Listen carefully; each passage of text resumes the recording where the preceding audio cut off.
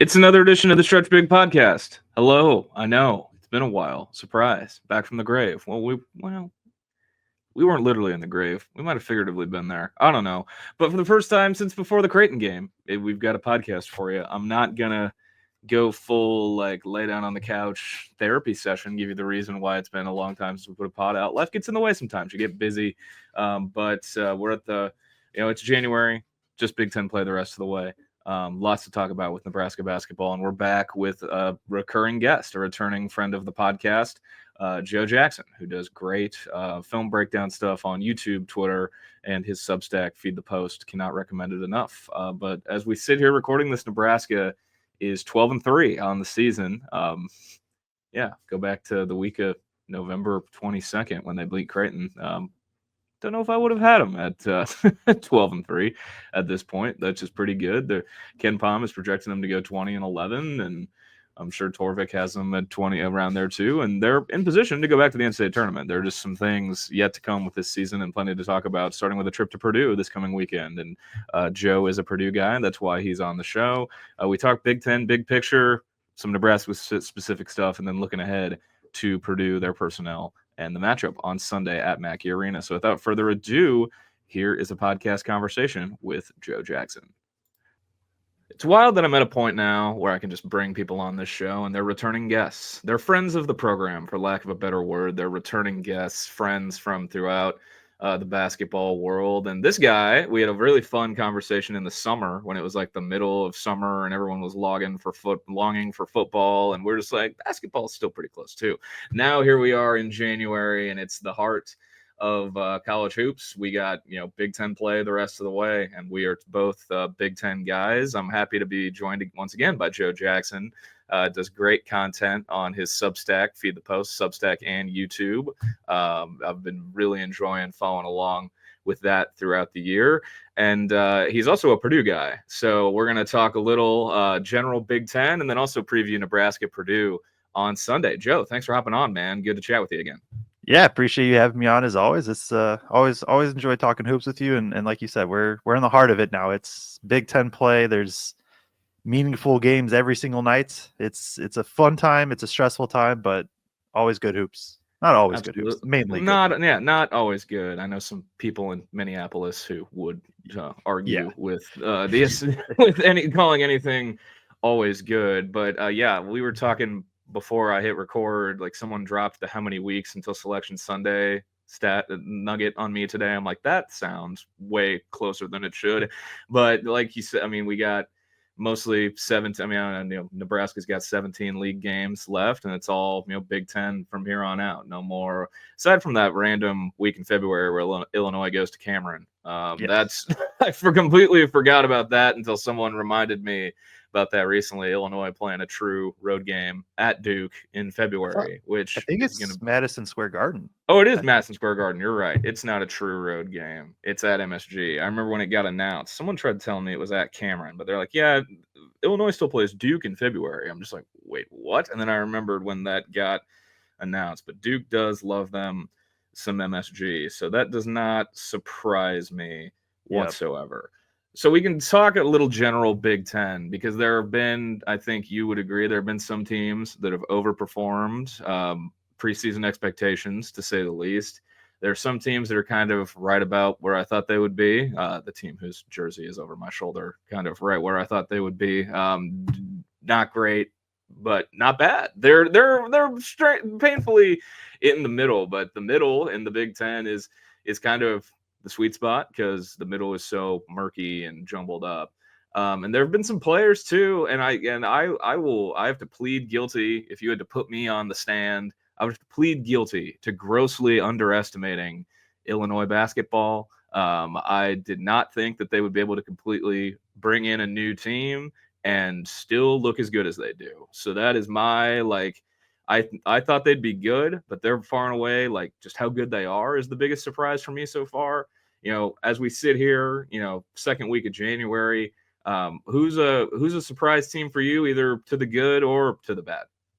Yeah, I mean, I feel like I am obligated to talk about Nebraska for a second. I know we'll talk about them more later, but I believe, actually, I I keep track of everything. I keep my own receipts. That way I can make fun of myself. Also, I can see what I need to improve on. Yeah, I had Nebraska last in the preseason, just straight up, and I was wrong. And I think where I was at was the offense is about where I expected it.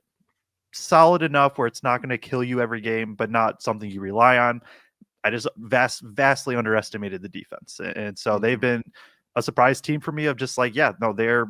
I also think I didn't account for Pinnacle Bank Arena enough, and they're a tough team. And so, like you said, right in the middle, probably where they're going to win some games, they're going to lose some games. 10-10 feels just like the probable outcome. But feels like they're predestined to go 10-10. Like, yeah, I remember it was either Torvik or Ken Palm had like 9 of the 18 teams preseason in the league going 10-10, which I said would be the most Big Ten thing ever. But it just feels almost predestined that Nebraska ends up 10-10 somehow, some way. Yeah, no, they do, and there's a few other teams in that mix. Wisconsin's another team. I had them ranked really low. They're obviously way better. I thought Blackwell would take a jump, and he's been awesome. Did not expect Tanjay to do what he's been doing, and I know it's cooled off a little bit since the early season, but still, he's been fantastic. Noel Winter's taken a huge jump. So in terms of just like vastly outperforming where I had, Wisconsin and Nebraska are probably the top two. I think looking elsewhere, like UCLA is a little worse than I expected. I thought the offense would be a touch better than what it has been. Defense is very good, but the offense can shoot them out of games, as we've seen the past 2 games. And Nebraska obviously saw that up close and personal. I think the rest though is like fairly consistent with expectations of just like a whole lot of varying degrees of mid to good. Of just like that middle is so murky. Obviously, you can nitpick certain things compared to where I had them and things like that. But yeah, I guess Rutgers. Actually, I take that back. Rutgers, and they're the one team that I think I really did let outside bias kind of influence my thought, because like my takeaway coming from the exhibition game against St. John's was like, hey, this Rutgers team's like has a lot of stuff to work on. And you can see now it just hasn't come through. Like Purdue plays them. I don't know when this is going out, but Purdue plays them tonight as of recording this. And then they play Nebraska after. Like Rutgers is in a spot where if they drop at home to Purdue, like they're in a spot where they're going to be competing to not make the NCAA tournament, but make the Big Ten tournaments. And I don't know if anybody had that coming in. Yeah, no, that's definitely been, I think, the biggest like disappointment. I wasn't like wildly high on Rutgers, but I know like some people in the not official but kind of official media poll had them as high as like 4th or 5th in the league, and I'm just like, that seems steep. Like you gotta end up like somewhere in the middle. And obviously Ken Palm is not a science, but I've got their Ken Palm page pulled up. And right now they are projected to lose every game until February 23rd. And that is pretty eye-opening to look at. Says their highest chance of a win until then is when Iowa comes to the RAC. I will not call it its corporate name, on February 12th. And they're projected to finish 13-18. And that is, even when they've got Harper and Bailey having pretty good seasons, where there are nights where they look like where they are must watch, just the two of them. But unfortunately, it's a team game, and Rutgers' team outside of them, there just hasn't been a consistent third guy who's stepped up. They probably wanted that to be Jeremiah Williams, and when Jeremiah Williams is on, I really like watching him play. But it just has not been consistent from him, and neither has the defense, and also the fact that they really don't have a true big at all. They're the true big that was on that team last year is in Tuscaloosa now, and now they have some like stretch. They have a 6'10" guard in Bailey, basically, and then their next best option is Lathan Somerville, who's still really raw and is probably the most talented of the bigger guys on the roster, but he's got a long way to go, and they still have a lot of issues as we round into the full slate the rest of the way. But yeah, Rutgers goes. They got Purdue tonight while we're recording this, and then UCLA coming cross country, and then they will be up close and personal for me a week from today in Lincoln against Nebraska. So that's quite the 3-game stretch as well when they're already, kind of going through it after, losing to IU and the way that Wisconsin game went at home. Yeah, and things could get rough very quickly. They're 1-3 right now. They came into this, they had a 3-game homestand, Wisconsin, Purdue, UCLA. None of them easy games, but you felt like if they wanted to really get back on track, probably 2-1, at minimum 1-2. They can obviously win both games still, right? And that's very possible, but it's the margin of error is basically none at this point, where they got to start turning things out. I know for the next game specifically tonight, a big thing is just Dylan Harper's health. Like, they've been net rating of plus 10.2 when he's on the floor, and then their net rating with him off the floor is negative 13. He's pretty important to them, and he hasn't been healthy the past 2 games, which obviously leads a little bit. I mean, he played against Wisconsin, but he was more just out there, and you could just tell he was hurting. But yeah, just it's tough where I think they didn't have enough shooting around them at all, like around Harper and Bailey. I mean, and the guys that they brought in to be shooters, Hayes, Martini, haven't gotten minutes in large part, I think, because of defense, but also the Rutgers defense just hasn't been good at all. And then you have, I think guys like Williams, Durkak, and Davis, they can contribute, but they need the ball in their hands. And why would you give them the ball when you could just give the ball to Dylan Harper or have a bailout from Ace Bailey? So I think, the roster construction it was, there was flaws coming into the season that were pretty evident. And then I think as we've gotten through, it's just been like, oh yeah, this team has flaws. And then the defense hasn't been good, where, right, a normal Rutgers team, maybe this is where the offense is at, but the defense is so good that they can still just grind out to, 9-11, 10-10 type. They just, they don't have that this year. Yep. I completely agree. I mean, it feels like we've got, you tweeted this the other day. I mean, I feel like we've got a 2-team top tier, and then we've got a clear cut, bottom 4, and then everything in the middle of that is a mess. Yeah. Michigan State fans were not happy that I said there was a top 2, but yeah, I saw that. And then this is, I'm Michigan State. I mean, they beat Nebraska by damn near 40, but I don't think they're on the same. I think Michigan and Illinois are on. They're on that, playing by themselves. I was high on Michigan coming into the year, and a lot of that has to do with my thoughts on Dusty May, things I've heard about him as a coach, him as a person, but then just their personnel as well. And I mean, looking at their KenPom, I mean, you'd think it's we're into January now. You'd think it's, a Christmas tree, a lot of green, some sprinkles of red on there. But there were questions coming in about the Danny Wolf, Vlad Golden thing, and it's gone about as well as it could with the 2 of them on the floor. Golden obviously has 36 against UCLA the other night, and then Danny Wolf's numbers, I mean, you could argue he's making a case to be the Big Ten Player of the Year. Yeah, it's honestly been funny, the Michigan discourse, because I'm included in this. I think the big thing coming in was like, oh, this team should have pretty good depth, and then we'll see if this Wolf Golden pairing can work. And I thought it could, at least offensively for sure, just with how Wolf played. I was concerned about the defense. It's been the offense has still been good, so that part hasn't flipped, but everything else has flipped. The concern now is Michigan has little depth. When Wolf and or Golden come off the floor, it goes downhill quick. The defense has been awesome. The offense has been one of maybe the most fun thing to watch in college basketball, or one of. I guess I would throw Auburn and maybe Duke in there as in that tier. But in terms of just fun to watch, I'm not saying Michigan's on their level as a team, but yeah, it's been. It's just what are you supposed to do? I don't know. I've tried thinking about it. I've obviously watched a bunch of Michigan film, and I've seen teams try about 8 different things in a game to stop the Wolf Golden pick and roll. And you either kind of hope that Golden misses or Wolf misses, or you hope that they miss. You hope that Wolf just tries to throw a pass and it just doesn't work. Or UCLA had a little success in the second half where they had Kobe Johnson as the low man. Now he's the one rotating over, and Kobe Johnson is, I think, the quickest hands in the entire conference. So he gets stripped, but it's also there's 2 to 3 guys maybe in the conference that can do that. And so it's a tough thing. And then you surround them with shooters too.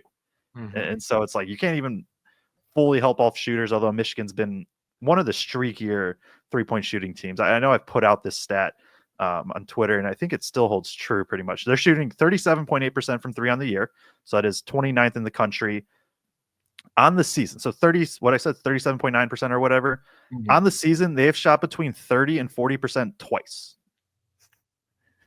So it's they've shot in the 40s 5 times, in the 50s 3 times, in the 20s 4 times, and then in the teens once. Mm. And you even look at that UCLA game, right? They were 10 of 16 in the first half and 0 of 8 from 3 in the second half. So they are a good shooting team, but it is the definition of streaky. Yeah, and I've been talking with some people that are in the Nebraska circles and just thinking about that game, and it's not until February 24th, but just thinking about Mia and Berke trying, just banging and just flying into Wolf and Golden. I mean, it's gonna look like the 90s NBA, just big dudes flying into each other. Someone could get a concussion. You're not wishing injuries on anybody, but that's a lot of big bodies flying into each other. If Nebraska has Mia, Berke, or Morgan, and they're out there with Wolf and Golden, so that's kind of. I mean, that'll be, and that's a Monday night game, February 24th. Long way to go to get to there. From the Nebraska perspective. But yeah, Michigan, I am glad that my thoughts on them have aged decently well. I'm not a victory lap guy, but I was high on them coming into the year, and they look pretty good.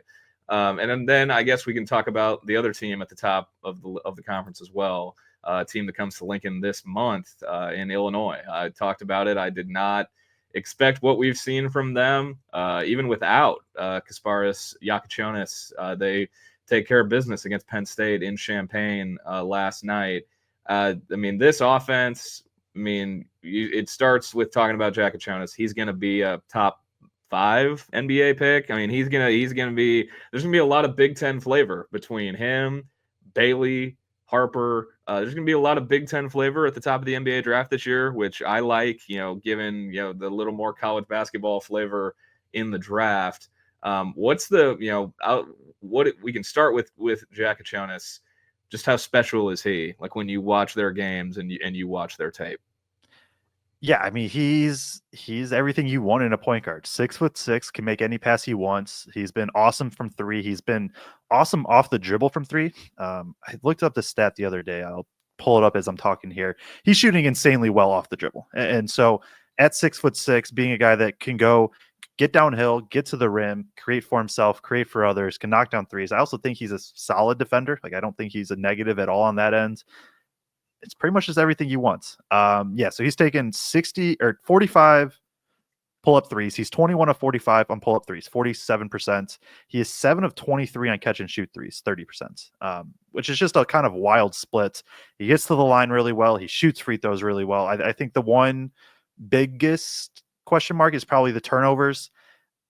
But even then, it's one of those where it's like, obviously you don't want turnovers, but I do think it's honestly similar to Michigan with like Wolf, of just like they're just going to happen, and you won't, like I said, you don't want turnovers. Nobody wants turnovers, but if I would rather have a Yakuchonis turnover than like a Will Riley turnover or a Trey White turnover, in terms of just like Yakuchonis was probably making some play. And Trey White's been really good, so I'm not like harping on Trey White, but you get what I mean, where it's just like they're making plays. You're going to have to live with the turnovers a little bit. He's been so good. I think when I watched his film this summer, I watched his film right after Will Riley committed. And so there was all this hype around Will Riley, and I think Will Riley will long-term be very, very good. But I was just like, I don't understand. I think it was more of just like the timing that I watched, because everybody's on Will Riley, and I was just like, Yakuchonis is like elite, right? Like he's going to be like a top. I'm not an NBA draft guy, like in terms of scouting and that, but I was like, he's probably a top 5, top 10 pick, right? Like I don't know why we're not talking about him, but he's obviously. I mean, he's been a top 5 player in the conference easily. Mm-hmm. There's a scenario where he goes like number 3 in the draft. He's been awesome. Yeah, he's been a ton of fun to watch, and then I've been surprised with Boswell, but that's just because I'm a pessimist, and I if you're a frequent listener to this pod, you know how I feel about Illinois. You know how I feel about the head coach at Illinois. So I just was skeptical coming into this season about like they can get dudes, but they had dudes last. I had a laundry list. I talked too much about it coming into the year, but I will admit I was wrong. Boswell's been good. Yakachonis has been special. Ivisic has had moments where it's like this, like it's like you raise your eyebrow, like damn. And then you said Trey White's been really good. Will Riley's had moments, Yeah. and it's they've got dudes, they've got depth, and I think you might have made the joke that when they play Nebraska, they might take 53s with the way that they shoot and the way Nebraska plays defense. I know Creighton took I think 42 against Nebraska earlier this season after with the way the defense was in that game. Illinois, I would, if you're gonna give me an over at 36, 3-point attempts, I'll take the over when that game comes around on the 30th, Thursday the 30th when they come to Lincoln, because they're gonna have plenty of chances to be chucking from deep when they go up against Nebraska. Yeah, and it should be a fun one. Absolutely. So we can go more to the game coming up on Sunday. Obviously, like we mentioned, Purdue has the road game at Rutgers tonight while we're recording this. But then Sunday, a little lunchtime tip off at Mackey between Purdue and Nebraska. The one venue in the conference where Nebraska has not won a basketball game since it joined the conference. Mackey is the one arena left. There was two, and then Nebraska got lucky, and Michigan had its worst basketball team this century last season, so they got to cross winning at Michigan off the checklist last season. But this Purdue team, obviously, when people think about Purdue, they are going to think, the last couple years with Zach Edey. They probably there's like, who's the next giant Purdue guy? Like if you just are thinking like. You say Purdue basketball to someone on the street, they're probably like, they're the team with the giant guys, right? They always have the one giant guy. This season, obviously, the injury to Daniel Jacobson at the start of the season, I liked the way he looked at times in their exhibition game against Creighton. I was there before the season, and I was like, I think, I don't know if what impact he'd have as a freshman, but obviously that injury at the start of the year has changed some things, and Purdue has gone small compared to what they traditionally are. And that's, in part due to, the injuries, but also they still have, the core three of the guys that have been around the longest in Braden Smith, Fletcher Lawyer, and Trey Kaufman-Wren. And then, they've also got guys like First and Heidi. Heidi did stuff last year, but First is a senior. I mean, they've still got the guys who have been around the block a little bit. I know we talked a lot about Braden and Fletcher when we talked over the summer, and then obviously the discourse about Braden when he was Big Ten preseason player of the year. We don't have to talk about them too much, but just what have you seen this season? We can go one by one, I guess, and start with Braden because even though he's I don't think he's going to be the postseason Big Ten player of the year. He'll have a case though. His numbers are still pretty damn good when you look at him, in his junior season now. Yeah, I mean, I'm looking up now. He's averaging 15.4 points, 8.6 assists, basically 5 rebounds, 2 steals. He's shooting 43% from 3. Turnovers are 2.8. So what? 8.6 to 2.8 is somewhere in the ballpark of like 2.8 to 1 assist to turnover ratio, something like that. He's been awesome. Like, he has been awesome. And I think we're starting to, especially these last few games, and competition has been what it's been. Toledo, Minnesota, Northwestern. I think Northwestern's pretty good. 34, 20, and 22 points, 12 assists, 10 assists, 7 assists, only 7 turnovers in that 3-game span. Purdue has obviously had the super tough December, right? And their 4 losses, I do think, our team's built in large part to just be able to beat Purdue, and then also Auburn's just like insanely good. Yes.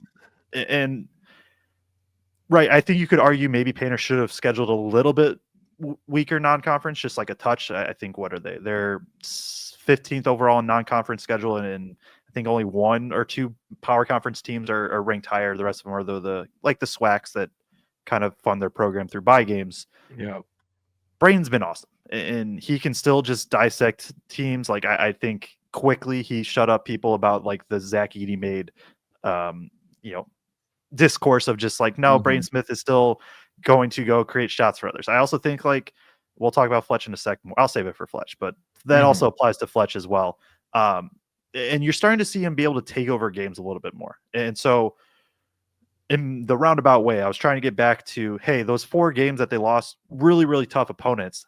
I think you're starting to see a little bit of the dividends though, right? Northwestern's a team that in theory should give Braden Smith trouble, and they just didn't. And he had 5 turnovers, 2 to 3 of them, I promise, he was just messing around at the end. Like he was just trying stuff. He was 22 points, 6 rebounds, 7 assists. Like he can just do what he wants now. And we're also starting to see him ISO more, like a little bit more, where it's just like, hey, Purdue is fine with, hey, we need a bucket here, Braden Smith. We'll get you whoever you want on you and just go to work. And the jumper's been awesome. Facilitating's been awesome. Like he's been one of the best point guards in the entire country. Just straight up. He just has been. It's been awesome to see. I don't know if you wanted to add stuff on Braden or if you just want me to go to Fletch. Yeah, so this is something I'm just now seeing. I know Ken Palm does the similar players. The most similar player when you click on Braden for this season so far, ironically enough, is former Nebraska point guard Glenn Watson. And from his senior season in the 18-19 season, which I'm gonna have to do a deep dive look at that, later. But there's also guys like Anthony Cowan, Phil Pressey, Marcus Page, who had really good seasons, in the similar players category too. Braden, what I've always like, I'm a sucker for a guy who's just a mid-range assassin, and that's just something like, you can call it a tough 2, you can call it the least efficient shot in basketball, but I've always had like a soft spot in what's left of my cold heart for anyone who can be an assassin in the mid-range, and I saw that up close and personal in Omaha in that Creighton game, where it felt like he was getting whatever he wanted. And that's in part due to the way Creighton plays defense. Like if you want to take 2s, we'll let you take them. But he looked just so efficient in there. And that's just, I've been a Braden Smith fan, since his freshman year. I think he's always been fun to watch. I never bought into the Edey thing. And I think it's about as Indiana as it gets, right? Undersized guy, like, not recruited much by the other school in the state, ends up going to Purdue, becoming, an all league, all college basketball guy. Like I feel like it's been a consistent theme, whether I'm talking to you or when I've had other people on the show, like the Indiana basketball, like aura, like Braden Smith checks all those boxes in so many different ways. And it's been really fun to follow. And I think that, he's pound for pound, one of the best point guards in the country. And it'll be interesting to see him, the teams, like you alluded to, the teams that they've lost to are teams that are, for lack of a better word, physical as hell. Marquette, Penn State, Texas A&M, Auburn. Like those are programs where you think they're big, they're super athletic, and they're physical as hell.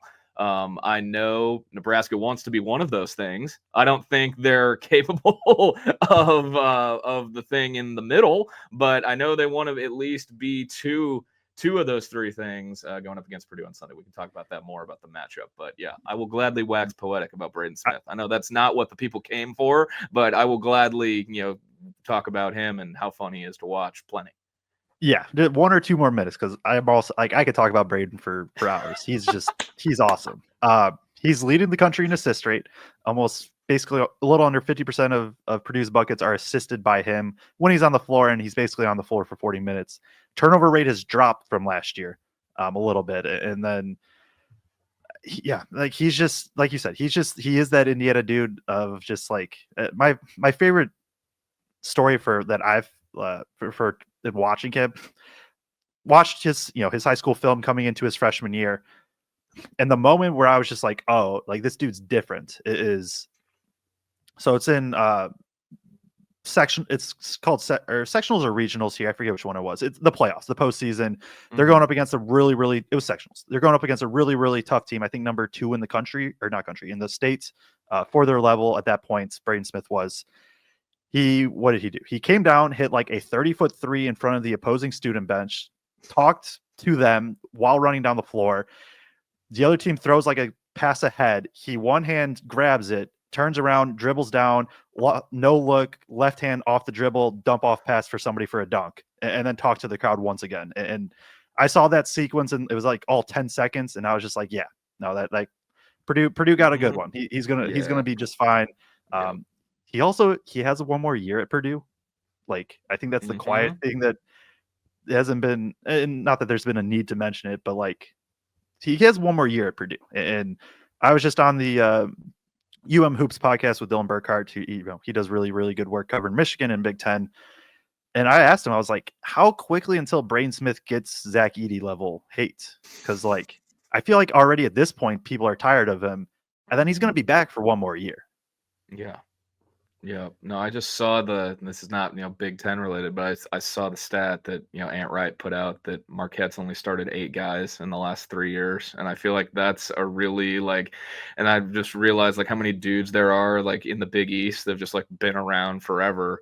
And it's just comes with the territory of just being around, like the classic, Perry Ellis, like this guy's been in school for a decade, like all that, it just feels like he's been in college for 10 years. But yeah, that's, the fact that him and Fletcher, they both are, they're both are just juniors. And I remember TKR. how, and TKR. Yeah. And I remember that duo, how highly regarded, they were coming in as freshmen. And that feels longer ago than it was, but we can use that as a good, transition to talk about Fletch too. Because I think he's taken a step up, this season. And obviously he was going to have to, in the, the scoring department with, the departures and all that. But I think he's taking it up a level too.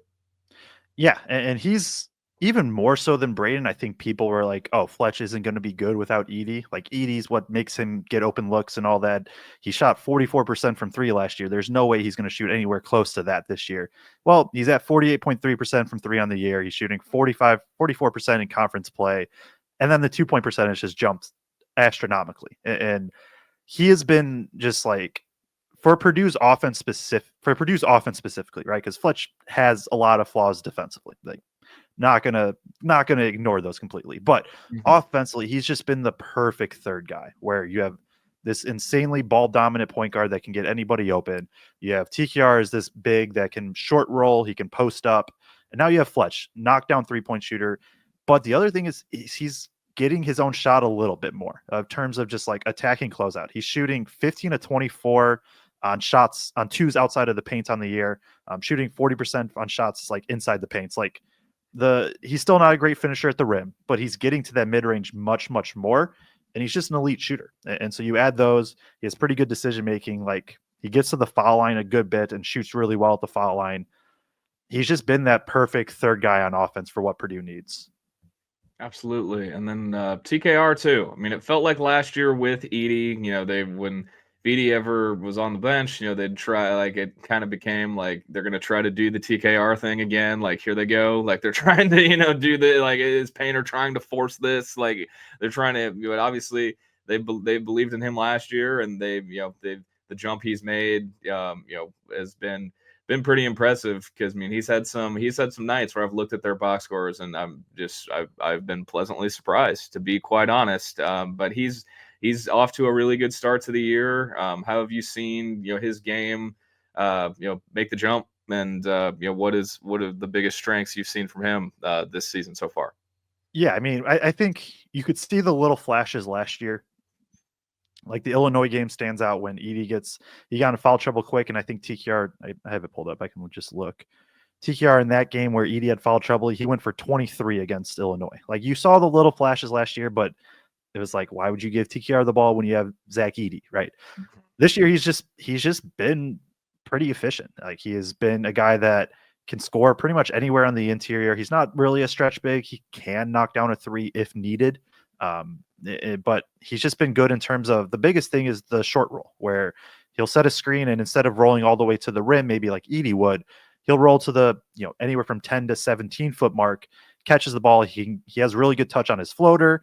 He can turn and just kind of go into like a post up, where if there's a smaller guy, he can just kind of bury them.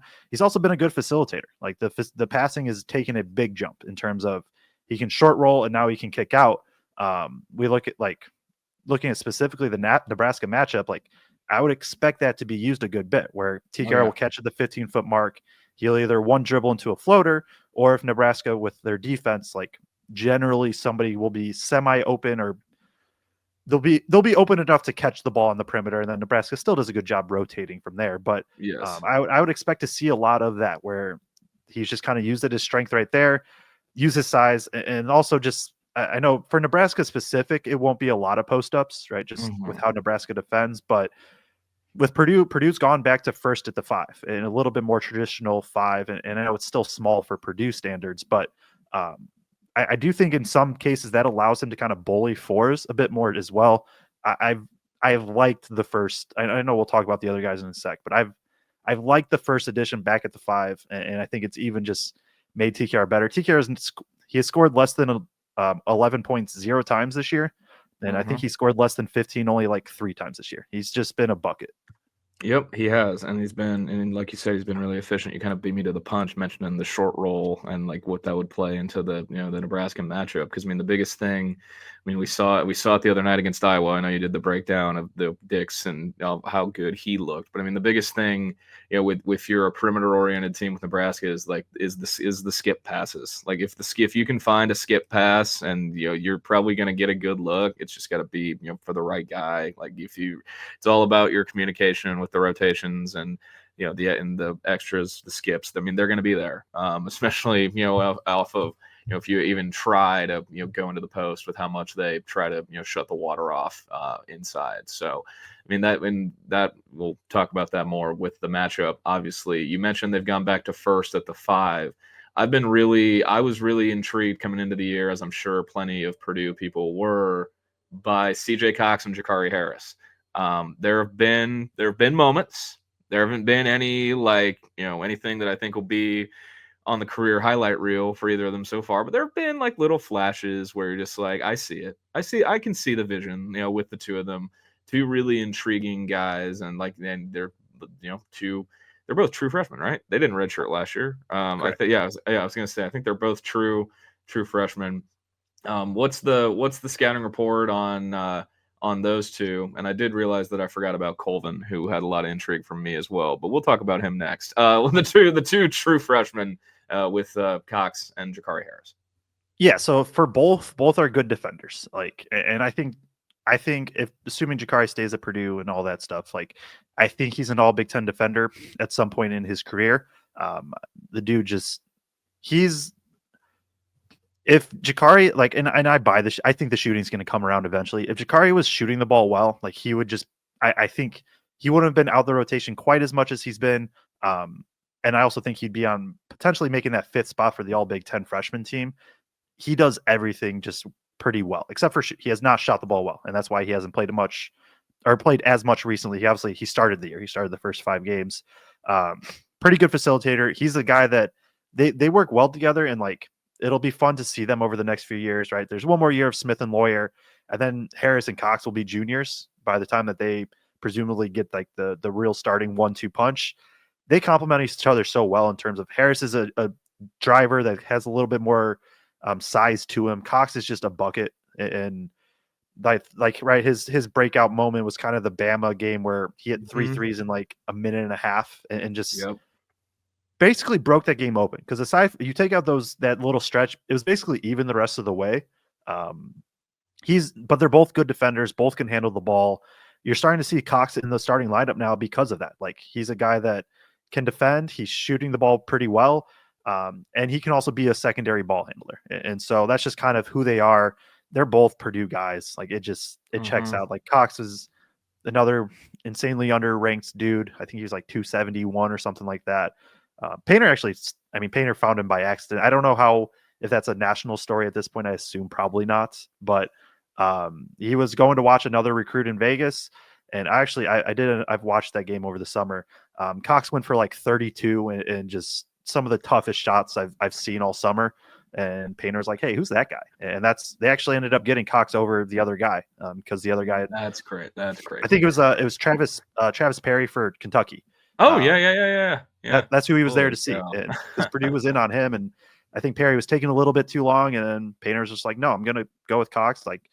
Checks all the boxes with good family, good coaches, like all that stuff. So he'll be another guy that's just in 2 years, it'll be like, oh yeah, this is the next Purdue guy that was way underranked and now he's really good. And then I'm sure people will be annoyed. Yeah, probably. And then the guy I mentioned that I forgot about, he definitely fits the Purdue mold as well, and that's Colvin. I just think he's tough as hell, and that's both ends of the floor. He had the big game against Ole Miss earlier in the year when he had the 20 against a pretty good Ole Miss team, and then he's another guy that's shown the flashes, but he's a sophomore. He's playing the majority of his minutes out there with Braden and Fletch, and he's the third guy. What have you seen? What have you seen from him? And I think he's another guy who he just fits the Purdue mold, right? Like, I mean, I think and that's kind of why there are some people who are like, if he takes a jump, like, he's the guy to watch. We haven't seen the jump completely yet, but like I said, there have been the little moments where it's like you can see the vision with Colvin. Yeah, the biggest thing from him is just shots aren't falling as much. He's only 33%. Like he's a better shooter than that. And finally, he knocks 2 down against Northwestern. He went 2 of 4 from 3. Because before that, from December 8th to January 2nd, he was 1 of 16 from 3. The shots just simply weren't falling. It's part of why he comes out of the starting lineup, and also so Purdue could just have a true secondary ball handler. But he's a 3-and-D guy. Like you said, like the best thing that we've seen from Colvin this year compared to last year is that even though the shots aren't falling from 3 as well as many would hope and he hopes, the defense hasn't fallen. And I don't think he's like an elite defender, but I do think he's a good defender. And he's been somebody Purdue relies on out on the perimeter. And so it's just been, he's a guy that's still like I said, he's still looking to find his shot once again. It will come back at some point. But he's still doing other things well, which last year you could not say that about Colvin. It was kind of, hey, if you knock down a bunch of threes, you can keep playing a little bit. If not, you're probably coming off the floor. Yep, definitely. So we can, transition to just talking about the general, matchup between Nebraska and Purdue. Like you said, Nebraska has outperformed your expectations. They've outperformed mine as well. But I mean, a lot of, and if you've listened to me, whether it's on radio or post game or whatever, I have been the conductor of the Bryce Williams train for close to 2 years now. I don't know if there's been anyone who has been, trying to spread the good word of Bryce Williams as much as I have, and he's shown why I've been on my my crusade of sorts to start the year. I know he had to work his way to the night he had against UCLA. Has the buzzer beater that's going to be forgotten about from the Iowa game, that where the refs just miss an intentional foul and he still, just cans that thing. But his efficiency, just how smooth he's looked, I mean, that's the straw that stirs it. That's the head of the snake for Nebraska. What have you seen, as watching the film, and do you think toward the end of the year, I know you've tweeted it, Bryce Williams' case to be an all-league guy is becoming pretty strong, right? Yeah, I think at this point, it's not whether he's an all-league guy, and obviously there's still 15 games left. Things can change. But for right now, it's not, is he an all-league guy? It's which team does he fall on? Like, he's just been awesome. Like, so smooth. I know I think it was Robbie Hummel on the call for the Iowa game, if I'm remembering right. Yep. Yeah, he was talking about it too, of just like, he just moves at his own pace, and he just does what he wants. He's been hyper efficient. 90% from the line, 53% from 2, 41% from 3. He's done it in big games. He's obviously done it against, the bye games as well, but also can facilitate. Like, I trust him as a facilitator. I trust him to run point guard if needed at times. I know Nebraska's a little different in that, like, right, it's not like it's good to have a true point guard. I don't think it's as a necessity in Nebraska's system compared to a lot of other teams, but he's just been awesome. Like, simply put, he's just been awesome everywhere on the floor. Yeah, it's been really, really fun to watch. And I think that with the point guard thing, like, there'll be instances where he's bringing the ball up, but he's not the one initiating. Like, and it's, and you can see that pretty obviously. Like, he can get a board, bring it up, and it'll still be, Raleigh initiating the offense, and that's just where they start. And then I think before the year, when we talked over the summer, we were talking a lot about the Big Ten transfers in a season and Griffiths has fallen out of the rotation. He got some minutes against Southern, the last bye game, where he came in, hit a couple threes, had a good take to the rim. But I mean, for all intents and purposes, he has fallen out of the rotation.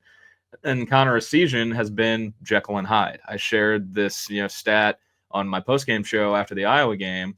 In the bye games and the Diamond Head Classic out in Hawaii against Murray State, Hawaii, Oregon State, Connor Essegian is shooting 45% from three. That's 9 games. So, it's a few more games of sample size, obviously, but he's shooting 45% from three in those games. In the 4 Big Ten games, Michigan State, Indiana, UCLA, Iowa, and then the other 2 big ones against Creighton and St. Mary's, Essegian is shooting 28% from three, and lower volume too, which means teams are denying him the ball.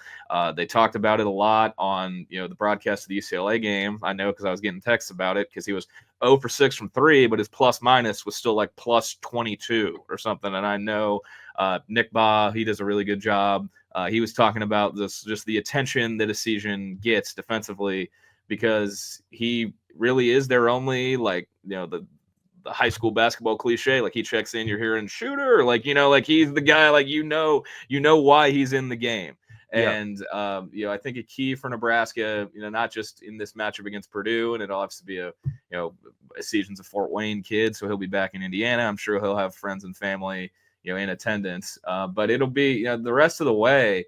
You got to find a balance between those two percentages. I by no means would I expect him to be a 40+% 3-point shooter, the rest of the season for Nebraska. But you got to find somewhere in the middle, because a 17-point drop off is pretty steep. Yeah, and we talked about, I think, in the preseason, my biggest concern was like, what is the shooting? And obviously Bryce Williams is a shooter, but you're not going to classify Bryce Williams as a shooter because he does everything.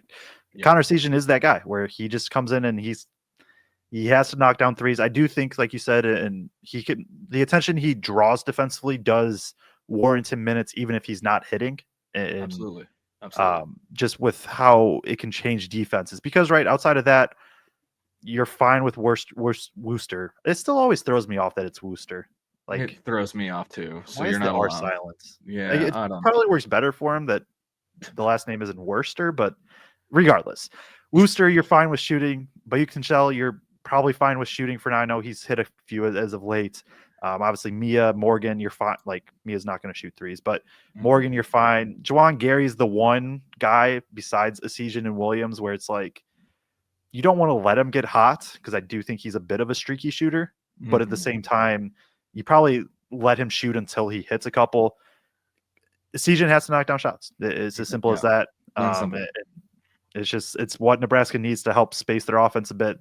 They don't need a ton for Bryce Williams to operate, but as much space as you can get him is important. Yeah, and I think I agree with you on Juwan Gary. I mean, he finishes 5 for 21 against Iowa, and a lot of those were just putbacks. And look, he had 8 offensive rebounds, and he just wasn't getting anything. He was 4 of 11 at the rim against Iowa, 1 of 7 in the mid range, according to Torvik, and then 0 of 3 from three. I think most teams are they're not gonna be face guarding him on the perimeter. Like, if the shots are falling, then they'll adjust. But until then, it's definitely like we'll let him take those, is kind of the sense I get. The other night, Morgan made his 3rd 3 of the year. He's only made 3. I don't know how many he's taken in total. And then they want Burke taking them, but he only has 1 game in his college career where he's made more than 1. And it was that Oregon State game out in Hawaii. That's the only game in between UCLA and Nebraska where he's made more than 1 3. And, I'm starting to get to a point where, like, between Essegian knocking down shots and Berke just being serviceable, like those are kind of the 2 key things that I think need to be somewhat consistent for this Nebraska team to get where they ultimately want to go. I'm by no means is the sky falling after that Iowa game. There's still such a long way to go. But I think it's clear what the biggest questions are for Nebraska. It's the shooting. It's who's your second. You want in an ideal world, Gary's your second guy after Williams, right? But it's just the supporting cast, and what are they going to bring? And I think Essegian and Burke are the keys, in the the supporting group, for this Nebraska team. Yeah, and it's honestly similar questions for Purdue, of just like Purdue was a big 3, but outside of that, it's the harp has been, hey, can they get any sort of production? And you got it a little bit last game. But yeah, no, for Nebraska, Bryce Williams is going to be awesome. Who can help him? And I think everybody really in rotation has had games where they've done it, which is a good thing. But I don't know if there's a guy you consistently can be like, yeah, that's our number 2 for sure right now. Like I said, I've liked a lot of Gary. I've liked Morgan has surprised me honestly this year. Even Wooster too. Like he's been better than I expected. Burke has been solid, but like to get to that next level, right, where it's like a bona fide tournament team, you probably do need some sort of secondary option, especially just with how Nebraska plays defensively. They're just going to be games that, like Iowa, teams just knock down shots, and it's just going to happen at times. And how can you keep up with that? Yeah, I mean, it just becomes the math problem, becomes law of averages and the math problem, and people like the joke Steph Curry taught America that 3 is worth more than 2. But I mean, when you're playing a team like Iowa, I mean, I think coming into that game they took 41% of their makes were from 3, and then 17 of their 29 made field goals against Nebraska were from 3. So like you knew what they were going to want to look for offensively, and then they get just the twin flamethrowers in Sanford and Dix. Then that game the other night. When you look at the matchup on paper, 1 through 5, positionally, it's kind of weird to my 4 eyes to look at this matchup. Nebraska is the bigger team, like size wise, with Purdue. Like looking at that, and especially not just in the front court where they'll have Mia and Burke out there, but the guards too. They have Worcester's 6'5". He's built like a linebacker, and he's going to be guarding Braden, and then and Bryce and Colvin and Fletch. There's some interesting matchups looking at this game from top to bottom on Sunday. What do you see looking at it from top to bottom? Yeah, I think it is some interesting matchups. Like with assuming Purdue doesn't change starters, which I don't expect them to. Like CJ Cox is going to start on Bryce Williams. Bryce will have 5 to 6 height advantage over Cox. Although Purdue, I think you saw last game against Northwestern, especially like they just don't have the best individual defenders, and they're not like a great defensive team. I do think it's going to get a little bit better just because I do think they scheme well, and now with First being at the 5, I think it matches up a little bit better. But yeah, it will be interesting. And then on the other end, though, like right, Nebraska plays such a unique style defensively that I've kind of come to this general rule that like when teams play Nebraska, I try to not have any overarching takeaways on that team of just like obviously there's still little things and stuff like that, but it's like, you know what? They're not going to play like this the entire rest of the year, probably. Oh yeah. So it's just like, okay, whatever it is. I think if from Nebraska side, I don't know if anybody's put the stat out. So if they have, my bad. If you have, my bad. I just have not seen it anywhere. Nebraska, when teams shoot 39% or better from 3, are 0-3. When teams shoot less than 39% from 3, they are 12-0. I have not seen that yet. Nope. That's a new one. So it's because like right, I'm on KenPom. You go to the game plan. I filter by defense 3-point percentage, and all 3 reds are right at the bottom. And so for Nebraska, this Purdue team is a good shooting team. They're 10th in the country. Brain is lights out from 3. Fletch is obviously knocked down. Colvin is going to be better. Cox is also a dude that is going to knock down 3s. Heidi's been in a slump. He's the one where he just hasn't shot the ball well lately, but his percentage is still good because he shot well to start. Kind of like a Asian to a degree. The other concern though is like Purdue. What I had it pulled up here. Purdue has not shot worse than 31% from 3 on the season. They've shot 40+% in just about half their games, and so. If we're looking at one individual thing, probably as always with Nebraska games, it's like, what do teams shoot from 3? I do think, right, Nebraska got the big win over Purdue last year. Obviously, it's at home for Nebraska. On the road is a different story. I don't know how I want to phrase this. Purdue is obviously worse without Zach Edey. Like, duh. Yes. Purdue is worse without Zach Edey. I do think in this game, Purdue won't feel the need to force the ball to Zach Edey at times. And I do think that almost could benefit them a little bit in terms of just like being free flowing, be on the perimeter and shoot more 3s. Yeah, no, I that's kind of the sense I get too, because I mean the game 2 years ago in Lincoln was super close too. So Yeah. Fred, these Fred's teams these last couple of years have played Purdue tight. I feel like every time Nebraska has gone to Mackey though, like it has never felt like a game. It's been a couple years, but I don't even think Nebraska has been within single digits at Mackey, if I can remember correctly. I don't have the series history page up. The one Yeah. time that I got to go there was most remembered by Nebraska fans for Isaac Copeland posterizing Haas and getting teed up for staring at him. That was the most memorable part of the one time that I've been to Mackey. But it's two coaches who they will gladly scheme up some offense. And we've talked about Nebraska's defense, which is still, I mean, 13th in the country on Ken Palm. That is such a a wild visual for me to look at. If I get back in the time machine, I was like, yeah, year 6 of Fred Hoiberg, they're going to be a top 15 defense, and offense is going to be the question. No one would have believed me Yeah. back then. But I'm interested to see it. I mean, I think it's going to be a really good game. I've raised a couple people's eyebrows going into the Iowa game where I was like, yeah, I kind of hate this game for Nebraska, but I like Purdue, the matchup with Purdue more. And people looked at me like, are you nuts? And I'm just like, just the personnel, like that's the only like something had to give with Iowa. Like that game, I mean, I don't want to say it felt like a tipping point of their season, but it kind of did after what happened to them against Wisconsin and their body language in that first half. And they just came out, went nuclear, and got a win when they needed it. And I think this game could be tight. And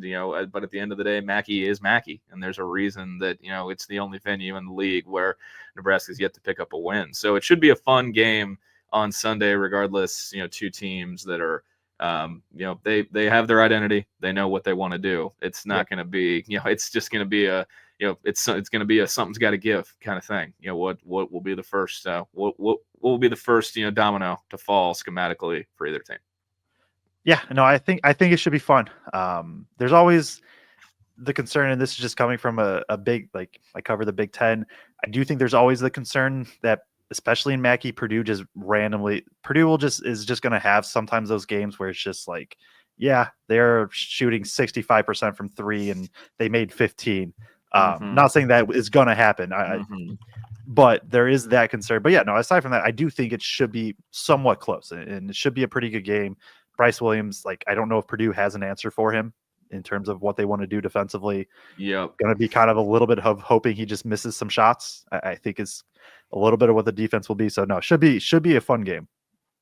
Yeah, definitely. I wish I was making the trip. I was originally planning on it, but it just with how the last month or so has gone for me, I'm just busy as all hell. So Madison at the end of the month is going to have to be my consolation prize for a road Nice. trip, unfortunately. But thanks again for coming on, man. It's always good talking hoops with you. The first call whenever I'm thinking Purdue is Joe, and tell the people where they can check out your work. The Substack has been a very fun to follow this year for me. So let the people know where they can find your stuff. Yeah, I appreciate that. So you can follow me on Twitter at Joe Jackson CBB. A lot of Big Ten breakdown, like a lot of Big Ten breakdown stuff. And then my Substack is called Feed the Post. Also YouTube channel, not as active on YouTube. Shout out their demonetization policies. But Substack is where I'm very active. You can go there, put out weekly newsletter, mainly daily previews. But basically my caveat with that is that's the first thing that goes if it's a busy day for me. But yeah, I appreciate you having me on. I always enjoy talking Purdue hoops, Big Ten hoops, just in general. It's a fun time on here. Oh, thank you, man. I appreciate it. And yeah, we'll be in touch down the line. But yeah, thanks again. Yep. It's we're not even at the halfway point yet. I mean, we were talking about the season, but no, college basketball. It's been a fun ride. We got a ways to go, but thanks again, Joe. Appreciate you. Big thanks again to Joe Jackson for joining the show, a recurring friend of the program. Can't say enough about that dude. One of the best guys to talk basketball with out there. Go check out the Feed the Post Substack if you're into Big Ten basketball breakdowns, that sort of thing. Go support Joe and his content. He's really good at what he does. Anyone willing to want to shoot the breeze with me about basketball, I'm gonna obviously say nice things about him, but I mean it with Joe for sure. He's one of the good ones. So go check out his stuff. Obviously, first pod in a long time. Been a long time. Been busy. Real life. The sports stuff is not my full-time job. People sometimes forget that. And then life and holidays and everything can just get in the way of what you plan to do. And that's really that's the short story. I'm not going to like put the long story out anywhere because no one needs to hear that. But I plan to get back into a regular rhythm with the pod the rest of the way. I think it's going to be a very fun next couple of months for Nebraska basketball. You can hear me doing the After Nebraska Ball post-game show with Jack Mitchell and Caleb Henry as well. Been doing a bunch of radio hits because people know I like to talk. I'll talk basketball with anyone, really. So, there will be plenty of places to hear from me in the coming months. But if you enjoyed this episode, I appreciate you guys tuning in. Tell a friend about the show. We're going to be back. We're going to be back, not as big as I thought we were going to do it this year because, like I said, life gets in the way sometimes. But appreciate y'all tuning in to the first episode back. We'll have some reaction following the game against Purdue, looking ahead to Rutgers. And until then, talk to you soon.